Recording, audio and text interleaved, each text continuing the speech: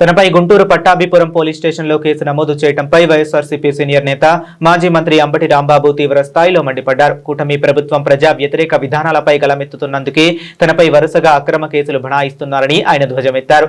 అధికార పక్షం తమ పార్టీని నిరంతరం గొడ్డలి పార్టీ అంటూ కించపరుస్తుంటే దానికి ప్రతిగానే తాను పొలిటికల్ కౌంటర్ ఇచ్చానని అంబటి రాంబాబు తెలిపారు. గతంలో సీఎం చంద్రబాబు నాయుడు పొడిచిన రాజకీయ వెన్నుపోట్లను ప్రస్తావిస్తూ వెన్నుపోటు పార్టీ అంటూ ఒక పాటన పోస్ట్ చేస్తే దానిపై కూడా పోలీసులు వింతగా కేసు పెట్టడం కూటమి ప్రభుత్వ కక్ష సాధింపు చర్యలకు నిదర్శనమని విమర్శించారు. ఇంతకుముందు చాలా కేసులు పోలీసు వారు రిజిస్టర్ చేశారు ఎఫ్ఐఆర్లుగా.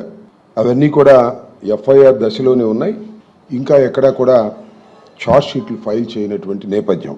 ఎందుకు ఈ విషయాన్ని చెబుతున్నానంటే సుమారుగా నా మీద ఎన్ని కేసులు వివిధ పోలీస్ స్టేషన్లో రికార్డ్ అయ్యాయో బహుశా పోలీసు వారికి తెలియదు, నాకు కూడా తెలియదు.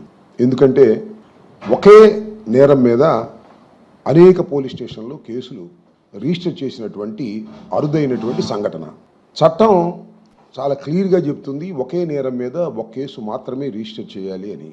కానీ ఒకే నేరారోపణ మీద అనేక పోలీస్ స్టేషన్లో కేసులు రిజిస్టర్ చేసి నన్ను వేధించాలి, భయపెట్టాలనేటువంటి ప్రయత్నం చేస్తున్నారు.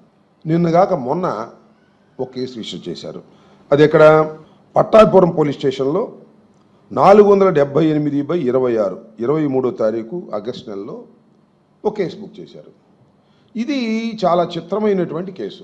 నేను సోషల్ మీడియాలో సాధ్యమైనంత వరకు యాక్టివ్గా ఉండి ప్రజలకు నా అభిప్రాయాలను సోషల్ మీడియా ద్వారా తెలియపరిచేదానికి నేను నిరంతరం పనిచేస్తూ ఉన్నాను. దానిలో భాగంగానే నా యూట్యూబ్ ఛానల్లో అంబటి రాంబాబు అఫీషియల్ అనే ఛానల్లో నేను నా ప్రసంగాలు, కొన్ని సందర్భాల్లో నా పాటలు దానిలో నేను పోస్ట్ చేస్తాను. అది రాష్ట్రంలో ఉన్నటువంటి ప్రజానీకం కావాల్సిన వాళ్ళు చూస్తారు. దీనిలో రీసెంట్గా నేను ఒక పాటని పోస్ట్ చేశాను.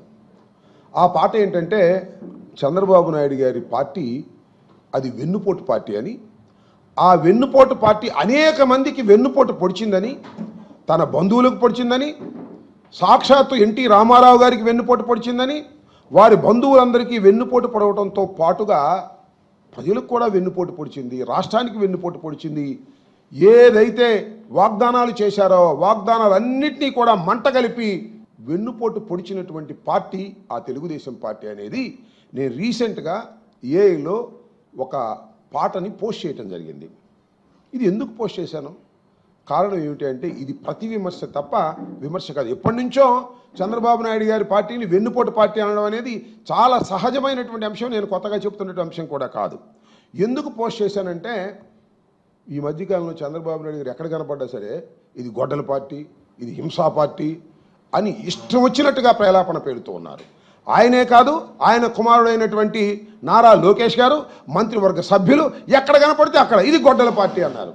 ఈ విధంగా తెలుగుదేశం పార్టీలో ఉన్నటువంటి చంద్రబాబు నాయుడు గారి దగ్గర నుంచి సామాన్యుడి వరకు, కార్యకర్త వరకు జగన్మోహన్ రెడ్డి గారి పార్టీని వైఎస్ఆర్ కాంగ్రెస్ పార్టీగా పిలవకోకుండా ఇది గొడ్డలి పార్టీ, గొడ్డలి పార్టీ, గొడ్డలి పార్టీ అంటే దానికి ప్రతిగా ఇది వెన్నుపోటు పార్టీ, వెన్నుపోటు పార్టీ అని చెప్పేదానికి ప్రజలకు ఆ వివరణ ఇచ్చేదానికి ఒక పాట రూపంలో నేను ఇస్తే దాని మీద కేసు పెట్టేశారు. ఎంత దుర్మార్గం నాకు అర్థం కాల. దానిలో తప్పే ఉందో నాకు అర్థం కాల. రాజకీయాల్లో విమర్శ